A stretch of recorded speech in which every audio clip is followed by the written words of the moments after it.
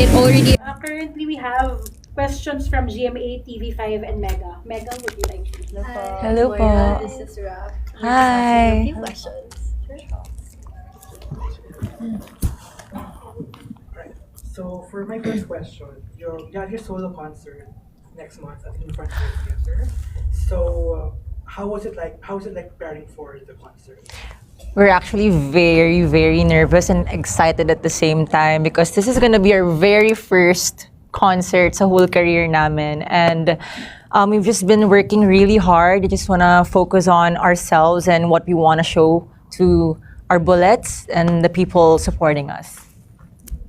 Yes, while also doing events in between, we are making sure we're keeping our body healthy and our mind healthy kasi it's a lot of physical, emotional energy and gusto namin ibigay ng best namin talaga. Especially sa mga tao, they're really dedicating their time and their budget para manood kami.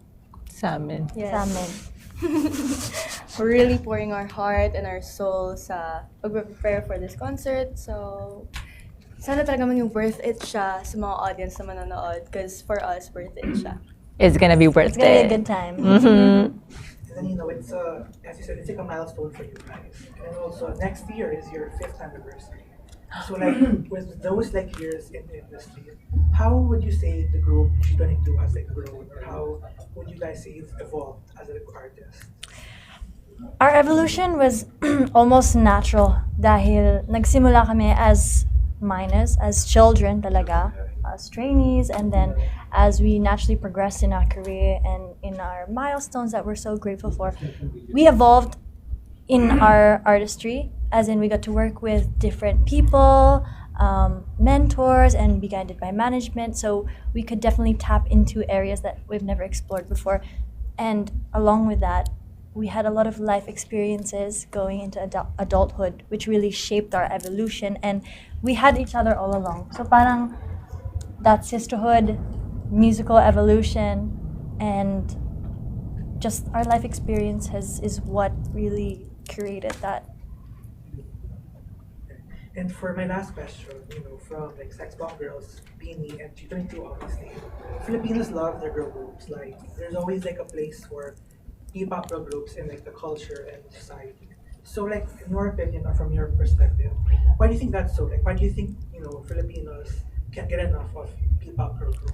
I mean, who wouldn't love our girl groups? I mean, iconic, I must say, and good music also. And I feel like sobrang saya lang to celebrate women in the Philippines. And we're so happy that we have our seniors na we look up to, and we also have ourselves to like showcase our talents to the Filipino people. So sobrang saya lang na women are being celebrated in this day and age, and we as G22 na nilalaban namin yung women empowerment. It's just so inspiring that Filipinos are showing love for women. That's true, and it's so powerful ngayon to celebrate women in pop and Philippine pop dahil before, the generations of women before, we couldn't do this. We didn't have access to this even if we wanted to. So to have a voice, have a platform, to be able to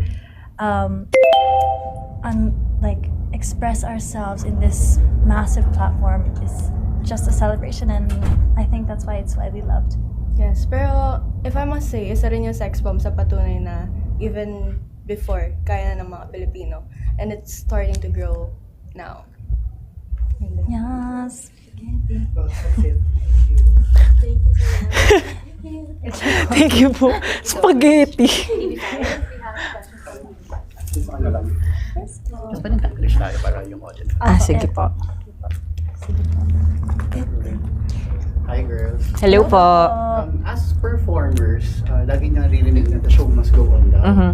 And I saw you a few weeks ago sa Clark, sa JBL Playground. Mm. Sinilan tayo doon. Pero tuloy-tuloy lang kayo. Ano yung nasa isip niyo during that night na set niyo na, pero ang lakas na ulan? Actually, kinakabahan kami. Kasi naka-heels kami, tapos yung stage baka madulas. So, baka may mangyari. Pero, we're thinking positive, we're fighting through it. And also, iba pa rin talaga yung feeling kasi once na nandun ka na on stage and makikita mo, yung mga tao na kahit umuulan sila nga, nagsistay hanggang dulo para manood.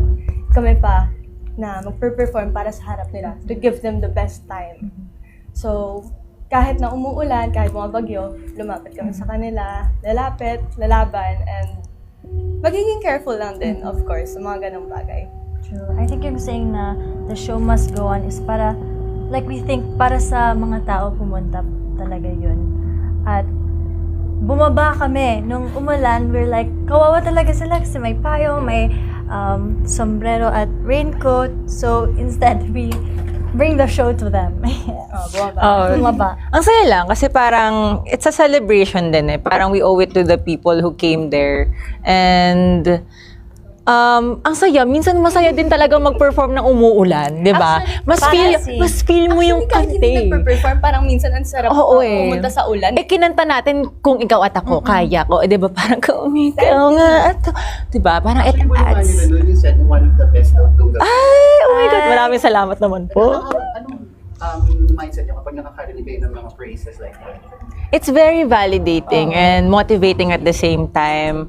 And nakakatuwa lang na yung mga performances na pinuput out namin kasi very, ano po kami, involved sa performance sa stages namin. And pag nakakarinig po kami ng ganun, parang sobrang nakakatuwa, nakakataba ng puso na worth it yung mga ginagawa natin and tumatawid po siya sa audiences. And goal naman namin is mag-enjoy at the end of the day yung mga tao, whoever receives it, at makakarating din po yung mga mensahe namin. I really do agree. Gusto ko lang sabihin na nagpa-flutter yung heart ko every time nakakarinig ako ng ganun. Paano yung flatter? Flutter? Flutter. And then, you mentioned Kinikilig. very involved kayo sa mga ginagawa niyo. So, sa upcoming concert, gaano kayo ka-involved sa concert na to? Sobrang Super involved, involved. yeah. Since unang concert po,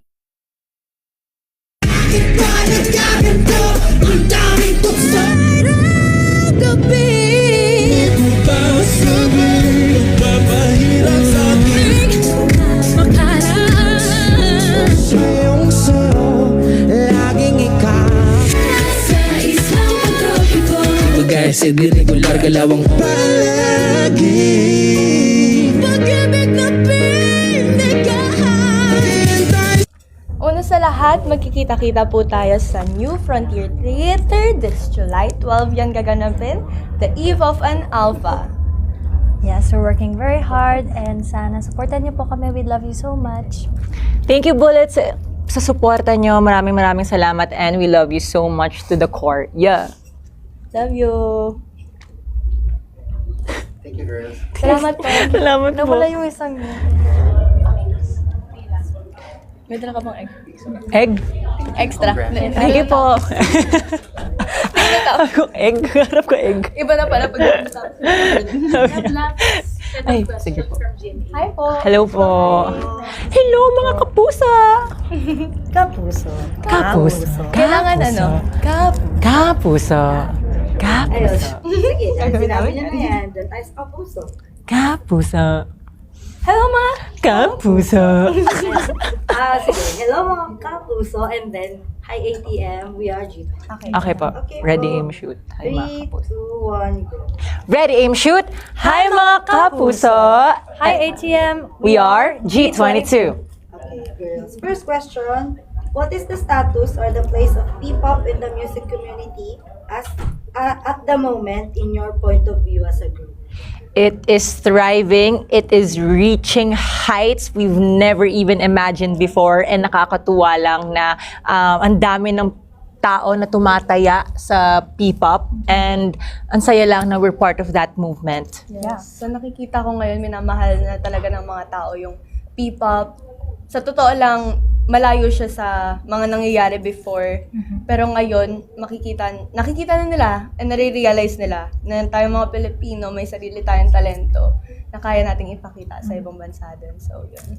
Para siyang forest nagba-bloom, like iba't ibang plants and colors and flavors. Sobrang ganda. At we don't even know the extent, yung mga limitations kasi there's so much potential that hasn't been explored and it's already getting there and it's so beautiful. Okay, next. Next and last question, girls. Can you share a moment where you casually heard your song on a public place and Oh my God! Amazing! Actually, sa ang daming beses na, pero hindi pa rin ako sanay. Even sa radyo, even pag nasa kotse lang, hindi pa rin ako sanay pag Kinikilig. narinig ko yung boses ko dun sa speakers na naririnig din naman. Parang, Actually. oh my gosh, di ko alam kung mahiya ako or hindi. Sa pwede ako sabihin ng, Brand?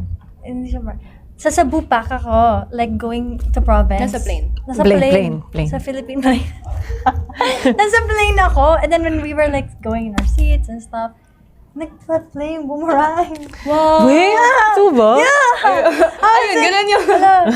Ang totoo. Hindi pa rin kami makapaniwala. Minsan yung sa radyo, as in, pag kunyari, alam mo yung sa transportation?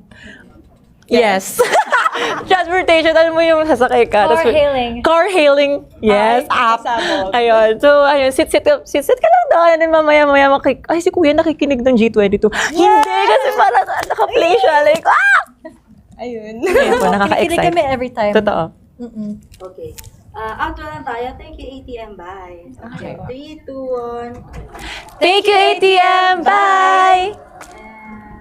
Thank you po. And good luck sa concert. We'll be